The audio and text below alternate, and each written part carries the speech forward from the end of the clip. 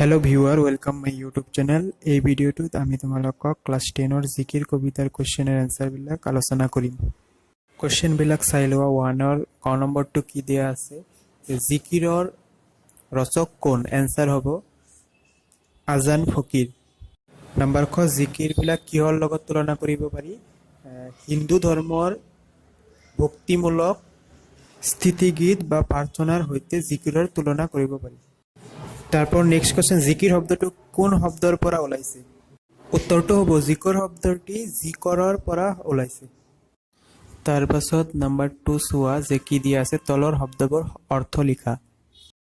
ৰসুল হৈছে দেৱদূত, মমিন হৈছে বিশ্বাসী মুছলমান, আৰু ৰহম হৈছে দয়া।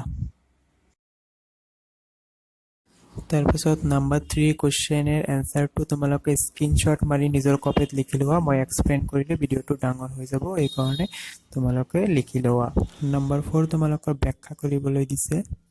4 ৰ ক নম্বৰটো কি আছে? পানী মৰে পিয়াহত, অগ্নি মৰে জাৰত, খোদা ৰসুল লুকাই আছে মুমিনৰ আৰত। উত্তৰটো তোমালোকে স্ক্ৰীনশ্বট মাৰি নিজৰ কপিত লিখি লোৱা। নাম্বাৰ খ কি দিয়া আছে? মক্কাৰ দুৱাৰত চাহাব তিৰবনিৰ ঘাট, বেহাব নোৱাৰে তাত মাহৈ ভাটে ভাট। খ নম্বৰৰ ব্যাখ্যাৰ এনসাৰটো তোমালোকে স্ক্ৰীনশ্বট মাৰি নিজৰ কপিত লিখি ল'বা। তাৰ পাছত নেক্সট গ নম্বৰটো চোৱা। সজাব মই নাতিৰ অনেক যুগতি, দেওমাৰি পাৰ হ'ল এৰিলে প্ৰীতি।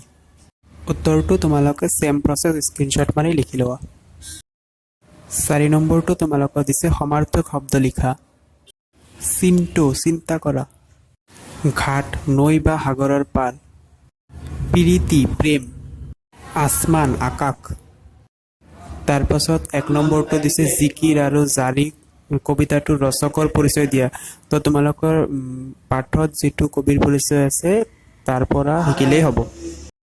নেক্সট 2 নম্বৰ কোৱেশ্চনটো দিয়া আছে, জিকিৰ আৰু জাৰি কবিতাটোৰ অন্তৰ্নিহিত উদ্দেশ্য ব্যাখ্যা কৰা। ইয়াৰ উত্তৰটো তোমালোকে মই দি দিছো, তোমালোকে স্ক্ৰীনশ্বট মাৰি নিজৰ কপিত ভালকৈ লিখি লোৱা। ওকে, আজিলৈকে ভিডিঅ'খিনি ইমানেই। তোমালোকে ভিডিঅ'টো ভাল লাগিলে লাইক কৰিবা আৰু তোমালোকৰ কোনো প্ৰব্লেম হ'লে মোক কমেণ্ট কৰি ক'বা। ওকে, বাই।